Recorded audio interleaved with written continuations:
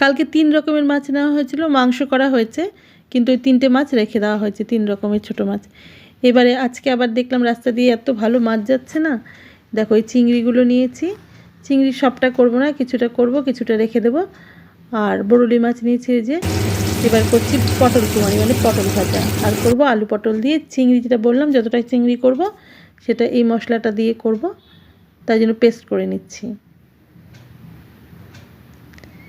আর করেছিলাম কালকে যে মোরলা মাছ নিয়েছিলাম সেটা দিয়ে কচুরলতি আর আলু দিয়ে করেছিলাম একটা চচ্চড়ি মতো মোরলা মাছ দিয়ে।